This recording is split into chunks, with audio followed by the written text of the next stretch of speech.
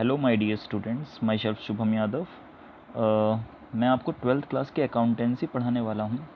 फ़िलहाल लॉकडाउन चल रहा है और बहुत दिनों से बच्चों की रिकमेंडेशन है कि मैं ऑनलाइन क्लासेस पढ़ाऊँ।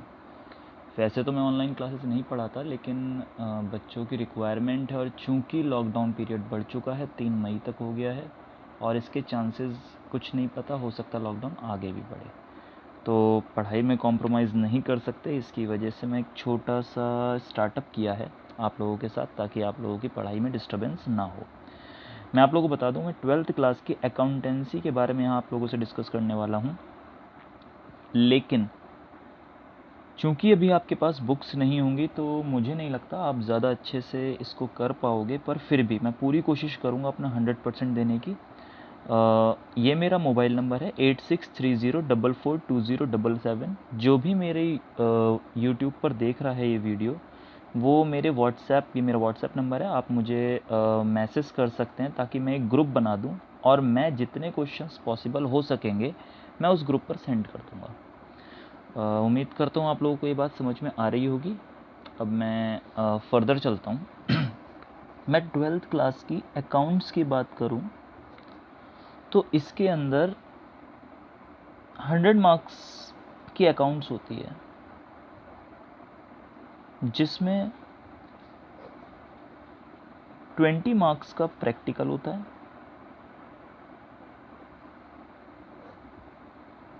80 मार्क्स का एग्ज़ाम होता है। बट माय डियर, 80 मार्क्स के साथ साथ 20 मार्क्स इसी में से आपके MCQs भी आ गए हैं और 60 मार्क्स का आपका फर्दर एग्ज़ाम होगा। आपका 80 नंबर का पेपर, लेकिन क्या होगा, उसके अंदर 20 नंबर के आपके MCQ होंगे और 60 नंबर के आपके बाकी क्वेश्चंस होंगे, और भाई 10-1 नंबर की थ्योरी भी होगी। तो मैं छोटी सी बात आपसे कर दूं कि थ्योरी का आपके ऊपर क्या महत्व है। थ्योरी का ये महत्व होगा माय डियर कि ये 20 नंबर का जो प्रैक्टिकल है ना, आपकी थर्ड बुक, जब आपको बुक्स इशू होंगी तो आपको पता चलेगा, थर्ड बुक होती है आपकी फाइनेंशियल स्टेटमेंट वाली, उस थर्ड बुक से ही पूछा जाता है। और मैं आपको बता दूं, वो थ्योरी का ही एक हिस्सा होता है। आपको फॉर्मूले पूछ लेंगे या बाकी सब चीज़ें पूछ लेंगे, और MCQs माय डियर आपसे क्वेश्चंस तो करवाएंगे नहीं, वो उसमें भी आप लोगों से थ्योरी ही पूछी जाएगी। मैक्सिमम थ्योरी, ऐसा नहीं है भाई, न्यूमेरिकल्स भी छोटे मोटे पूछे जा सकते हैं, पर मैक्सिमम थ्योरी पूछी जाएगी। और बाकी इसमें भी कोई हार्ड एंड फास्ट रूल नहीं है कि इसके अंदर न्यूमेरिकल्स ही आएंगे। 10-1 नंबर की थ्योरी इसमें भी आ सकती है। तो मैं कह सकता हूँ आपसे कि हमारे पास थ्योरी का काफ़ी अच्छा महत्व है। पहले नहीं था, पहले यूपी बोर्ड में हुआ करता था, लेकिन अब CBSE बोर्ड में भी हुआ करता है।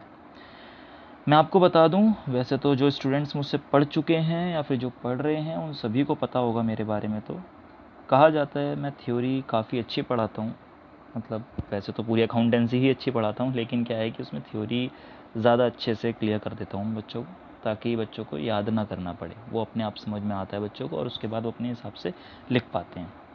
तो मैं शुरू करता हूँ आपके सामने। आपके जो सिलेबस है पूरा का पूरा, उसमें आपके पास मेन होता है पार्टनरशिप, दूसरा होता है कंपनी अकाउंट्स,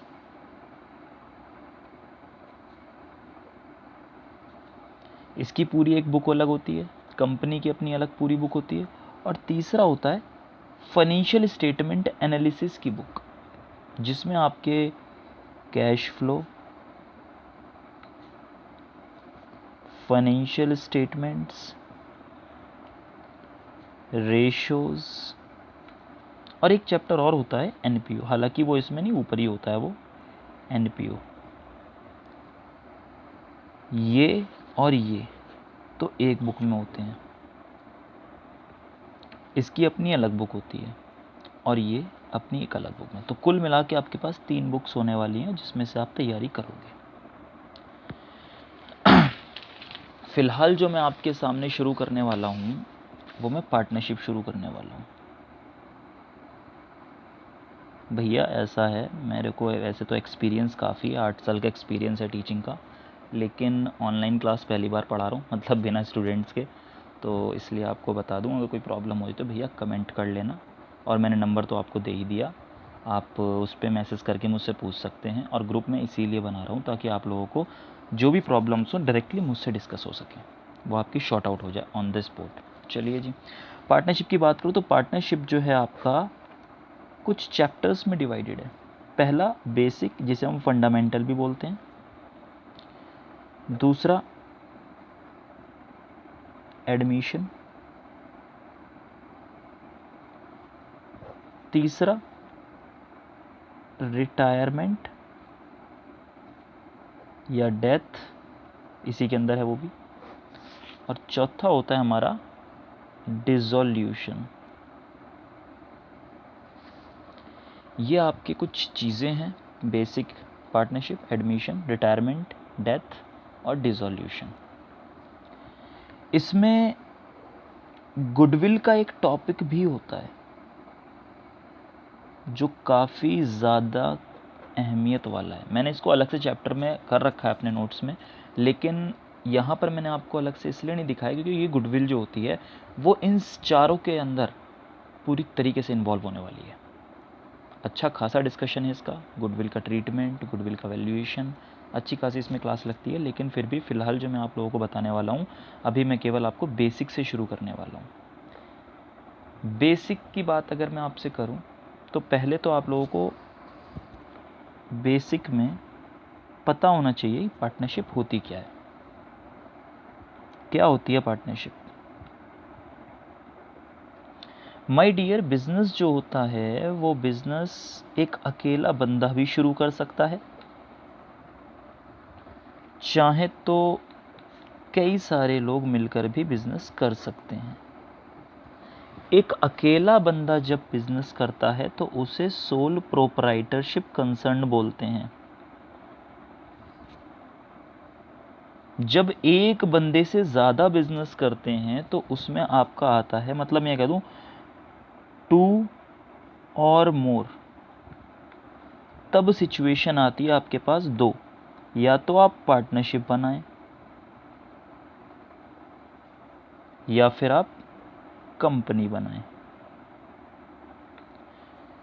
चूंकि कंपनी का प्रावधान इस टाइम बहुत बड़े लेवल पर चल रहा है, प्रैक्टिकली बात करूं तो कंपनी बहुत ज़्यादा चल रही है, पार्टनरशिप आज की डेट में बहुत कम हो चुकी है। लेकिन आपके सिलेबस में पार्टनरशिप इम्पॉर्टेंट है और कंपनी का पार्टनरशिप, दोनों ही इंपॉर्टेंट है। हमें सिलेबस के हिसाब से चलना है, तो भैया पार्टनरशिप भी अच्छी खासी अपनी अहमियत रखता है। तो फिलहाल मैं अगर डेफिनेशन की बात करूं, पार्टनरशिप होती क्या है?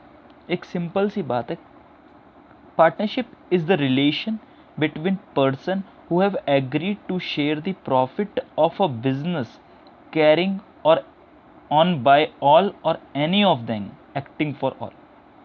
भैया पार्टनरशिप जो होता है वो कम से कम 2 बंदे लेकर चलते हैं उसको।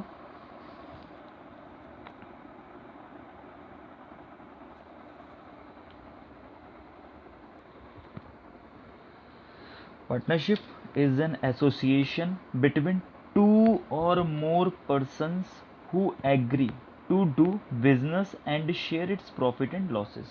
भैया पार्टनरशिप जो होता है एक एसोसिएशन होता है, मतलब 2 या 2 से ज़्यादा बंदे मिलकर ही पार्टनरशिप बनाते हैं।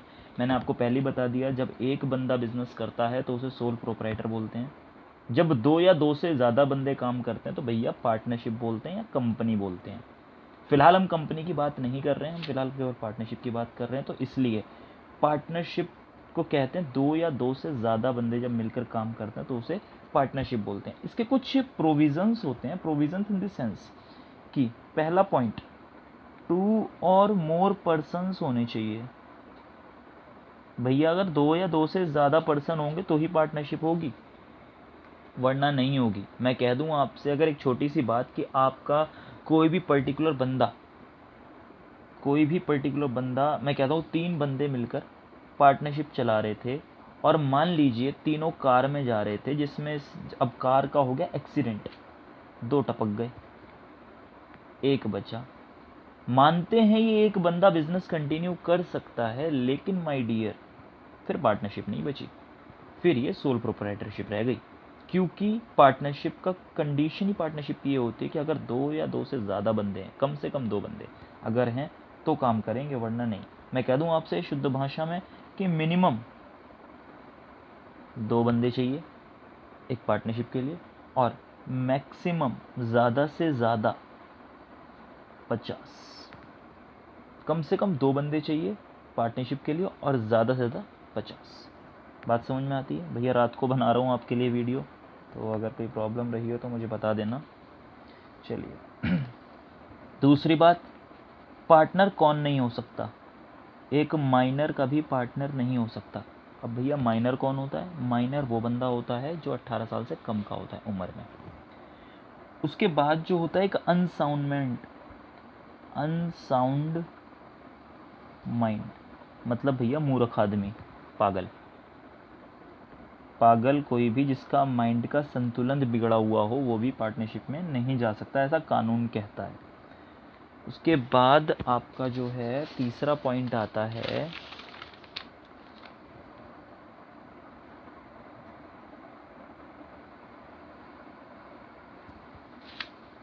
Person disqualified under any act.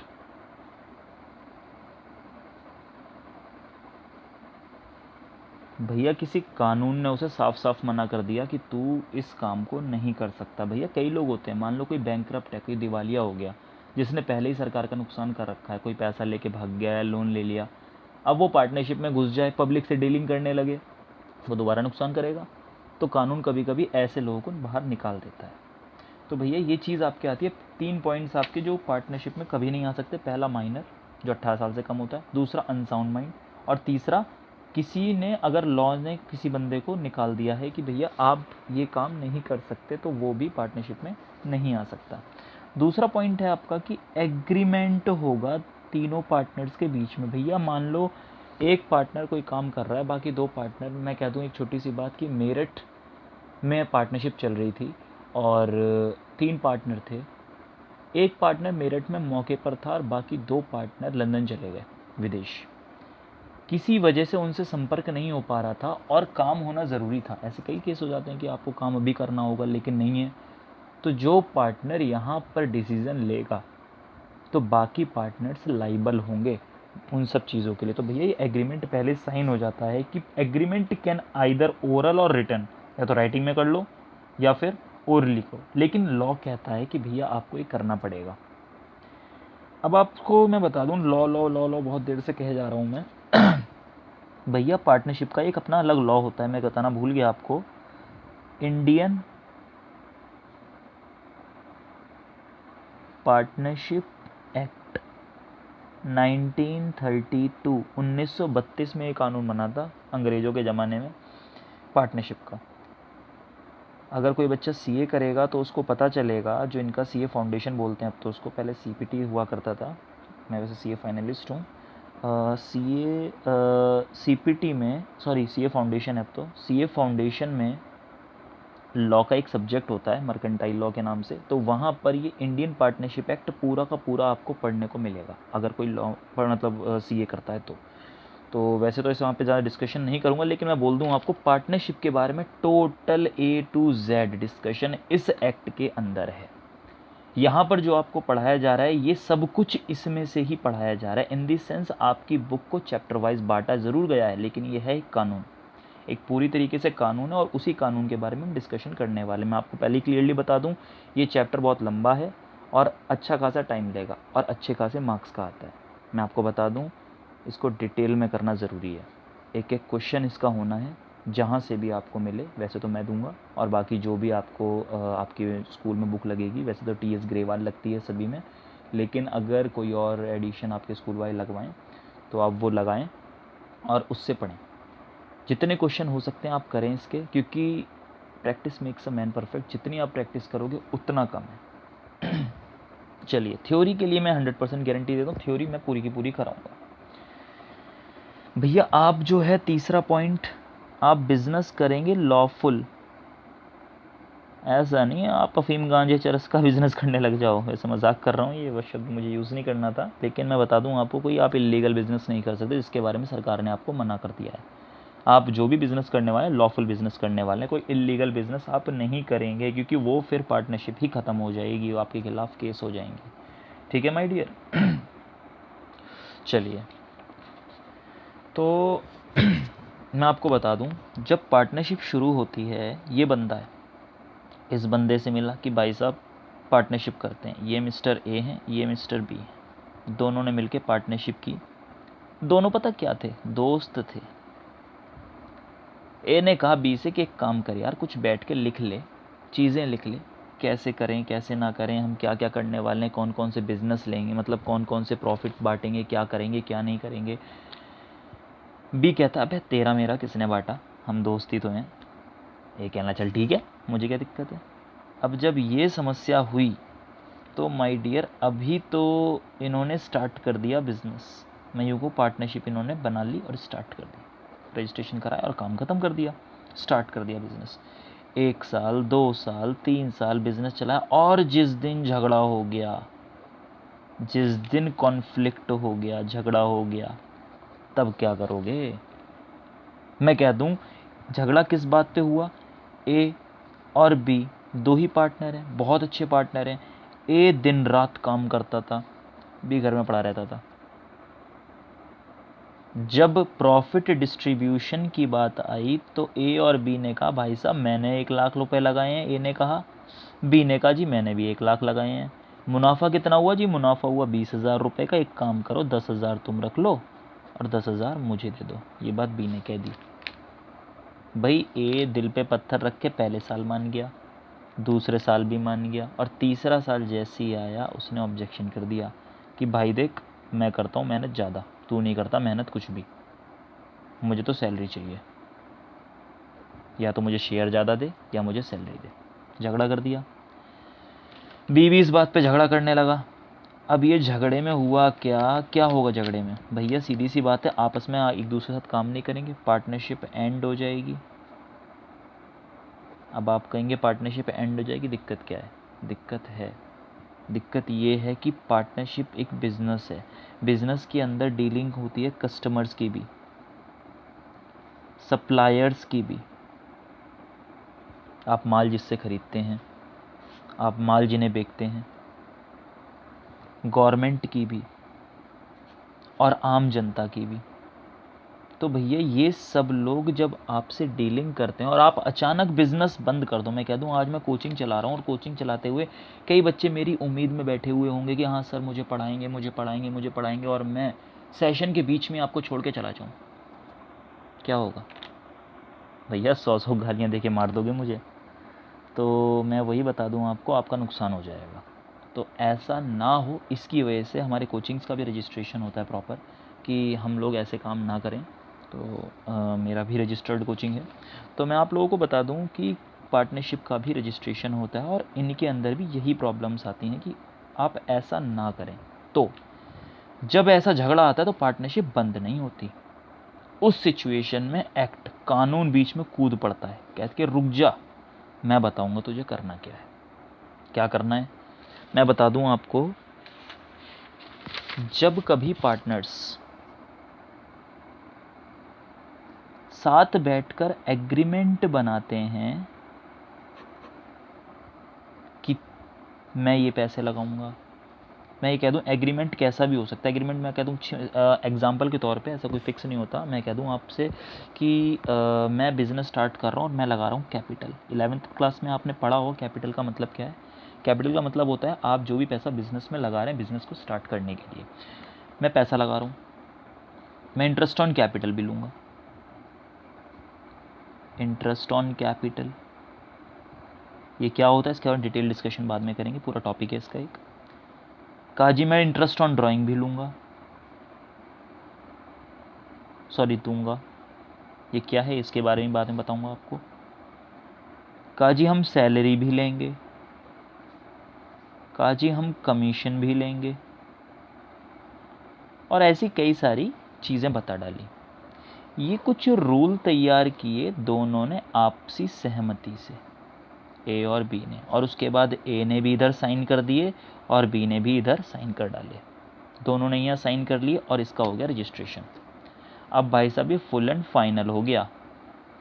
अब ए को बी की सारी शर्तें माननी होंगी और बी को ए की सारी शर्तें माननी होंगी, क्योंकि पार्टनरशिप शुरू करने से पहले आपने एक प्रॉपर एग्रीमेंट किया था और इस एग्रीमेंट को माय डियर नाम दिया जाता है पार्टनरशिप डीड। बहुत ही इंपॉर्टेंट टॉपिक है ये पार्टनरशिप डीड, जो भी एग्रीमेंट आप आपस में बैठकर बनाते हैं। पर मेरे पिछले एग्जाम्पल में तो दोस्त थे भैया, प्यार मोहब्बत में इन्होंने कुछ काम ही नहीं करा, कोई ऐसा एग्रीमेंट ही नहीं बनाया। जब एग्रीमेंट नहीं बनाया तो भैया झगड़ा हो गया। अब झगड़ा हो गया तो क्या करें, तो भैया कानून आया सामने और कानून ने कहा कि भैया जब जब आपकी पार्टनरशिप डीड नहीं होगी तो हम आपको कुछ रूल्स बताएंगे। हम कुछ 5-6 रूल्स हैं, आपको उन्हें फॉलो करना होगा। भैया याद कर लेना कैसे भी करके, क्योंकि ये रूल्स बहुत ज़्यादा इंपॉर्टेंट एग्जाम में आ जाते हैं। क्या रूल्स हैं? क्वेश्चन में साफ साफ जब लिखा हो तभी आपको इन रूल्स को मानना है, वरना आपको नहीं मानना। कौन कौन से रूल्स हैं? In the absence of partnership deed, ये लाइन जरूर लिखी होगी। In the absence of partnership deed, partnership deed जब आपकी नहीं है तब आपको क्या करना है, उसके लिए आपको रूल मानना है। कौन कौन सा रूल मानना है? No interest on capital is allowed to any partner, किसी भी पार्टनर को इंटरेस्ट ऑन कैपिटल नहीं दी जाएगी। No salary, commission, remuneration will be given to any partner। भैया वीडियो बहुत लंबी हो जाएगी, मैं पॉज करके पहले इसे बना देता हूँ पूरा, उसके बाद आप लिख लेना, ठीक है। चलिए जी, पहला पॉइंट है no interest on capital is allowed. पहले भैया पॉज करके वीडियो उसको लिख लेना। चलिए जी, no interest on capital is allowed to any partner. Interest on capital किसी भी पार्टनर को अलाउ नहीं की जाती। नो सैलरी, कमीशन और remuneration will be given to any partner, किसी भी पार्टनर को ना तो आप सैलरी देंगे, ना कमीशन देंगे, ना रेम्यूनरेशन देंगे। इसको मैं समझाऊंगा अभी क्या चीज़ है ये। No interest on drawings is charged from any partner, किसी भी पार्टनर से आप इंटरेस्ट ऑन ड्राइंग नहीं लेंगे, मैं ये भी आपको समझाऊंगा अभी। Profit and loss must be shared equally, जो भी आपको मुनाफा हुआ है और नुकसान हुआ है वो आप बराबर बांटने वाले हैं। And interest on loan to partner is allowed at the rate 6%। अगर किसी पार्टनर ने फर्म को लोन दिया है तो आप 6% का ब्याज उसे अलाउ करेंगे। तो वैसे तो ये बहुत आसान है, सब कुछ मना कर रखा है, कुछ भी नहीं देना, केवल 2 चीज़ देनी है। कौन सी भला? इंटरेस्ट ऑन लोन है तो 6% दे दो, और अगर प्रॉफिट या लॉस है तो बराबर बांट दो। तो वैसे तो याद करना बहुत आसान है, इसमें कोई हार्ड नहीं है, लेकिन मैं आपको समझा दूं कुछ चीज़ें जो मैंने बोला है कि समझाना है।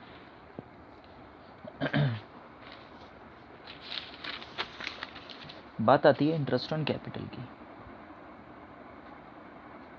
मैं बता दूं आपको, इंटरेस्ट ऑन कैपिटल पूरा टॉपिक अलग है, मैं लेकिन अभी छोटा सा पॉइंट आपको बता दूं। जब मान लीजिए ए और बी, मान लीजिए ए ने 1 लाख रुपए बिजनेस में लगाए, बी ने भी 1 लाख रुपए बिजनेस में लगाए। जब दोनों ने 1-1 लाख रुपए लगाए तो 2 लाख रुपए इन्होंने बिजनेस में लगा डाले। 2 लाख रुपए को हमने नाम दिया कैपिटल। अब एक बात बताओ, ए और बी अपने अपने घर से 1-1 लाख रुपए लाए हैं। मान लो ये बिजनेस कर रहे हैं तो बिजनेस में मेहनत भी कर रहे हैं। अगर ये बिजनेस ना कर रहे होते तो क्या इस 1 लाख रुपए को एम ही रख देते? इस 1 लाख रुपए को ऐसे ही नहीं रखते, इसकी एफडी करा लेते। एफडीआर तो समझते होगे, बैंक में फिक्स करा लेते हैं, ब्याज मिलता है उसके ऊपर। तो ये अगर इसकी एफडीआर करा लेते हैं तो एफडीआर में भी तो आपको फिक्स डिपॉजिट रिटर्न बोलते हैं इसको, तो आपको ब्याज मिलता। तो इसलिए पार्टनरशिप में भी ये बोला जाता है कि भैया अगर ऐसा कभी होता है कि इंटरेस्ट ऑन कैपिटल आप देते हैं, अगर आप कैपिटल लगाते हैं बिजनेस के अंदर, तो आप इंटरेस्ट ऑन कैपिटल ले सकते हैं अगर पार्टनर्स ने आपस में डिसाइड किया है तो। इसी तरीके से इंटरेस्ट ऑन ड्राइंग होता है। मैं आपको बता दूं, अकाउंटिंग पर्पस के लिए फर्म अलग है और पार्टनर्स अलग है। क्या होती है फर्म और क्या होते हैं पार्टनर्स? जब कई सारे पार्टनर, ये तो पार्टनर हैं, एक पार्टनर, दो पार्टनर, तीन पार्टनर, इस टाइप से कई सारे पार्टनर, अलग अलग तो एक एक पार्टनर कहलाते हैं, लेकिन जब ये सब मिलकर एक साथ काम करते हैं, एक फर्म बनाते हैं, पार्टनरशिप फर्म, तो उसको हम फर्म बोलते हैं। और अकाउंटिंग पर्पस के लिए वैसे तो पार्टनरशिप फर्म पार्टनर्स की है, जो पार्टनर्स बोलेंगे वही फाइनल है, लेकिन अकाउंटिंग पर्पस के लिए फर्म अलग है, पार्टनर्स अलग हैं। जो फर्म पार्टनर्स को देगी तो फर्म के लिए वो खर्चा है और पार्टनर्स के लिए वो इनकम है, और जो फर्म पार्टनर से लेगी तो वो फर्म के लिए इनकम है और पार्टनर्स के लिए क्या है, वो खर्चा है। सीधी सी बात है। तो फिलहाल अगर मैं इंटरेस्ट ऑन कैपिटल की बात करूं, तो इंटरेस्ट ऑन कैपिटल कौन दे रहा है और किसको दे रहा है? भैया ए और बी, ये फर्म है ए बी एंड कंपनी के नाम से। इन दोनों ने 1-1 लाख रुपए कैपिटल के फर्म को दिए, तो भैया ब्याज भी तो ले रहे हैं, तो फर्म इनको क्या दे रही है? Interest on capital. तो किसका खर्चा हुआ? Interest on capital is expense for firm and income for both partners. अब मैं ड्राइंग की बात करूं, भैया इंटरेस्ट ऑन ड्राइंग के बारे में पता है आप सभी को, क्योंकि आपने 11th क्लास में पढ़ रखा है। ड्राइंग्स का मतलब होता है कि पर्सनल यूज़ के लिए पार्टनर्स फर्म से कुछ पैसे निकाल लेते हैं अपने पर्सनल यूज़ के लिए, निजी वे के लिए। तो भैया मैं कह रहा हूँ आपसे, जब पार्टनरशिप फर्म में पार्टनर्स ने, मैं फ़िलहाल एक ही बात करता हूँ, ए ने जब कैपिटल दी थी तो बदले में ब्याज लिया, तो क्या फ़र्म इतनी सीधी है? जब फर्म इसको ड्राइंग्स दे रही है, ले भैया अपने घर ले जा, अपने घर का खर्चा चला ले, तो क्या फ़र्म इससे ब्याज नहीं लेगी? तो फर्म इससे इंटरेस्ट ऑन ड्राइंग लेती है, इंटरेस्ट ऑन ड्राइंग लेती है। तो इंटरेस्ट ऑन ड्राइंग क्या होता है? अगर मैं देखूं, इंटरेस्ट ऑन ड्राइंग फर्म लेती है पार्टनर्स, तो पार्टनर का तो हो गया ये खर्चा और फर्म की क्या हो गई ये इनकम। तो फिलहाल अगर आपने कोई एग्रीमेंट नहीं किया है, कोई पार्टनरशिप डीड नहीं बनाई है, तो ना तो आप इंटरेस्ट ऑन कैपिटल लेने वाले हैं और ना ही आप इंटरेस्ट ऑन ड्राइंग लेने वाले हैं। बात समझ में आती है? चलिए जी, और क्या था? और हमसे कहा गया था कि ना तो इंटरेस्ट ऑन कैपिटल दी जाएगी और ना ही इंटरेस्ट ऑन ड्राइंग ली जाएगी। ध्यान रखना, दोनों में फ़र्क है। No interest on capital is allowed, मतलब पार्टनरशिप फर्म पार्टनर को नहीं देगी कोई भी इंटरेस्ट ऑन कैपिटल, और no interest on drawing is charged, मतलब ना लिया जाएगा फ्रॉम एनी पार्टनर, किसी भी पार्टनर से नहीं लिया जाएगा। दोनों में फ़र्क है, लैंग्वेज समझना। इसके साथ साथ सैलरी, कमीशन और रेम्यूनरेशन। भैया क्या होती है सैलरी, क्या होती है कमीशन, क्या होता है रेम्यूनरेशन? सैलरी के बारे में आप लोगों को पता ही होगा, सैलरी और रेम्यूनरेशन क्या होते हैं। कमीशन के बारे में तो मैं आपको बता दूं, छोटी सी बात है। कमीशन जो होता है वो आपका, मान लो आपने डिसाइड कर रखा है कि मैं ज़्यादा सेल करूंगा तो उसके ऊपर कमीशन होगा परसेंटेज बेस, या मैं एक्स्ट्रा काम करूंगा उसके ऊपर कमीशन लूँगा। ये कमीशन कैसा भी हो सकता है, आपस में बैठ के डिसाइड हो जाता है। तो सैलरी जो होती है भैया, आपको तो पता ही है सैलरी का मतलब कि आप जब काम करते हैं कहीं पर। लेकिन रेम्यूनरेशन का मतलब क्या होता है? रेम्यूनरेशन का मतलब होता है, वो भी सैलरी का ही मतलब है, जब आप ऊंचे लेवल की सैलरी लेते हो। जैसे मैं एक सिंपल सी बात करूं, एक कंपनी में सीए जॉब कर रहा है, तो क्या आप कहोगे कि सीए की सैलरी मिली है? ना जी ना, सैलरी सीए की नहीं मिलती, सीए की रेम्यूनरेशन मिलती है। डायरेक्टर की सैलरी मिलती है ना, डायरेक्टर की सैलरी नहीं मिलती, उसकी रेम्यूनरेशन मिलती है। जो बड़े बंदे होते हैं उनकी ये चीज़ें मिलती हैं। मैं आपको बता दूँ 3 चीज़ों का डिफरेंस के बारे में, वेजेस, सैलरी और रेम्यूनरेशन के बारे में। रेम्यूनरेशन स्पेलिंग गलत हो गई है, रेम्यूनरेशन।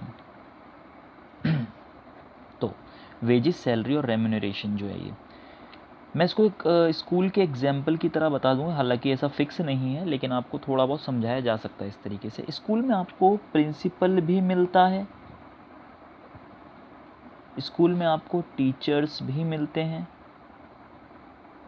और स्कूल में माय डियर आपको छोटे छोटे स्वीपर्स, गार्ड्स या ये सब मिलते हैं। मैं स्वीपर का ना, स्वीपर की बात करूं या फिर डेली वेज, चलो जो भी है स्वीपर की बात कर लेता हूँ फ़िलहाल।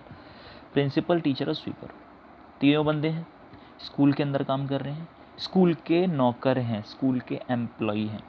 प्रिंसिपल वहाँ बैठा है, इसका मतलब ये नहीं वहाँ का मालिक है, वो भी नौकर है। लेकिन क्या है, इसको जो तनख्वाह मिलती है इसको हम बोलते हैं वेजेस, क्योंकि बहुत छोटे लेवल की है। हालांकि डेली वेजेस ज़्यादा चलती हैं डेली के हिसाब से, लेकिन मैं फ़िलहाल यहाँ पर आपको समझाने के लिए बता सकता हूँ, वेजेस बहुत छोटे लोगों को मिलती है, लेबर क्लास को। टीचर्स जो होते हैं टाई वाई लगा के बैठते हैं और पेन वैन का काम करते हैं, थोड़ा ऑफिस वगैरह में रहते हैं, इनको मिलती है सैलरी। अब आप पढ़े लिखे हैं तो आप अगर किसी कंपनी में जॉब करने जाएंगे और कोई ख़ास डिग्री नहीं होगी आपके पास, तो आपको सैलरी मिलने वाली है। ख़ास डिग्री इन द सेंस आप 12th कर चुके होगे, ग्रेजुएशन कर चुके होगे, तो आपको सैलरी मिलने वाली है। लेकिन मान लीजिए आपके पास अच्छी खासी डिग्री है, आपके पास अच्छा खासा एक्सपीरियंस है, तो आप प्रिंसिपल बन गए, तो आपको मिलेगी तो सैलरी ही, लेकिन वो बड़े लेवल की सैलरी है, इसलिए उसको हमने नाम क्या दिया, रेम्यूनरेशन। तो भैया ऐसी कोई भी चीज़ आपकी, चाहे सैलरी हो, चाहे आपका कमीशन हो, चाहे रेम्यूनरेशन हो, कुछ भी नहीं दिया जाएगा। इसके बाद आता है आपका profit and loss must be shared equally. अगर आपको प्रॉफिट या लॉस होता है तो आपको इक्वली शेयर होना होगा। वो तो वैसे भी आपको पता है कि जब भैया ऐसा कुछ हो रहा है तो फिर तो बराबरी बांटोगे, जब झगड़ा हो रहा है तो भैया बांट इसको ख़त्म कर। चलिए जी, इंटरेस्ट ऑन लोन की बात करूँ। इंटरेस्ट ऑन लोन 6% अलाउ किया है। इंटरेस्ट ऑन लोन 6% क्यों अलाउ किया है, ज़रा मुझे बता सकते हैं इसका लॉजिक? कमेंट में बताइएगा भैया, मैं बता देता हूँ आपको वैसे इसका, लेकिन आप इसका दिमाग लगाइएगा पॉज करके वीडियो को। इंटरेस्ट ऑन लोन भैया इसलिए दिया जाता है पार्टनर्स को, क्योंकि ये कोई कैपिटल नहीं है। बिजनेस में जब भी पैसों की ज़रूरत होती है, या तो नए पार्टनर पैसा लगाएं, या फिर आप कहीं बाहर से लोन लें, बैंक से या कहीं से भी। अब मान लीजिए आप बैंक से लोन लेते, तो क्या बैंक वालों को आप ब्याज नहीं देते? बैंक वालों के ब्याज देते। जब बैंक वालों को आप ब्याज दे रहे हो तो पार्टनर को आप ब्याज नहीं दोगे, तो यार पार्टनर क्यों पैसा लगाएगा, क्यों देगा पैसा? मान लो बैंक से आप मतलब बैंक से आपने लोन लिया, बैंक ने 10% का ब्याज लिया आपसे, या 20% का ब्याज लिया, जैसा भी बैंक का प्रोविज़न हो, और मान लीजिए बिजनेस में लॉस हो रहा है, तो पार्टनर को एक बार को मनाया जा सकता है, यार चल घर की बात है, मान जा, अगले महीने ले लियो ब्याज। पर क्या बैंक मानेगा? बैंक नहीं मानेगा। बैंक कहेगा भाई साहब अभी चाहिए तो अभी चाहिए, वरना पेनल्टी ठोकता हूँ अभी। जो भी आपने वहाँ अपने ज़मीन के कागज़ या जो भी आपने गिरवी रखा होगा उसको बेच खाएगा वो तो। लेकिन पार्टनर को मनाया जा सकता है, इसलिए भैया घर का पैसा घर का होता है, ठीक है ना? तो अगर इंटरेस्ट ऑन लोन पार्टनर्स को अलाउ नहीं करेंगे तो पार्टनर्स कभी भी अपनी जेब से पैसा निकाल कर नहीं देंगे फर्म को। तो इसलिए पार्टनरशिप फर्म ने आज चालाकी खेली और कहा कि भैया 6% पर एनम के हिसाब से हम आपको इंटरेस्ट ऑन लोन दे देंगे, अगर आपको ऐसा कोई आपने एग्रीमेंट नहीं किया है तो। एग्रीमेंट किया तो भैया जैसे आपने वापस में बातचीत की हो, 10% 20% जैसा भी है। तो मैं आपको बता दूं, interest in the absence of partnership deed आज हमने पढ़ा है, पहला पॉइंट है और बिल्कुल बेसिक है। क्वेश्चन बहुत कम आता है वैसे तो इसका, लेकिन इंपॉर्टेंट है, थ्योरी में आ सकता है क्योंकि अब MCQs आ चुके हैं आपके। अगर आपकी पार्टनरशिप डीड नहीं बनी, मैं फिर बता दूं, अगर आपकी पार्टनरशिप डीड नहीं बनी, आपका झगड़ा हो चुका है, तो आपको ये 5 पॉइंट्स याद रखने हैं। पॉइंट्स तो बहुत सारे हैं, लेकिन ये मेन 5 पॉइंट्स होते हैं, जिसमें से केवल 2 पॉइंट ज़्यादा खास हैं कि प्रॉफिट एंड लॉस आपके बराबर इक्वली शेयर होगा और इंटरेस्ट ऑन लोन पार्टनर्स को 6% दिया जाएगा। ठीक है जी, चलिए आज जो भी हमने पढ़ा है इसको थोड़ा रिवाइज़ करिएगा, और बाकी इसके क्वेश्चंस के बारे में आपसे बात करूं तो मैं नेक्स्ट क्लास में, नेक्स्ट वीडियो में आपको इसके क्वेश्चंस एक कराऊंगा और एक होमवर्क में दूंगा। तो भैया आपको जो घर से करना है, कोई प्रॉब्लम हो तो आप मुझे व्हाट्सएप कर सकते हैं, आप वहाँ मुझसे पूछ लें। आपका नंबर मैं दोबारा बता देता हूँ, 8630442077, ये मेरा मोबाइल नंबर है। आप चाहें तो इस पर कॉन्टैक्ट कर सकते हैं। ये वैसे कॉल भी होती है, लेकिन मैं प्रीफर्ड करूँगा कि आप मुझे व्हाट्सएप मैसेज करें, क्योंकि मैं ज़्यादातर फ़ोन उठाता कम हूँ। ठीक है my dear, okay, thank you very much. उम्मीद करता हूँ आपको वीडियो पसंद आया होगा। नेक्स्ट वीडियो का इंतज़ार करिएगा, मैं आपको कल में नेक्स्ट वीडियो दे दूँगा। Thank you very much.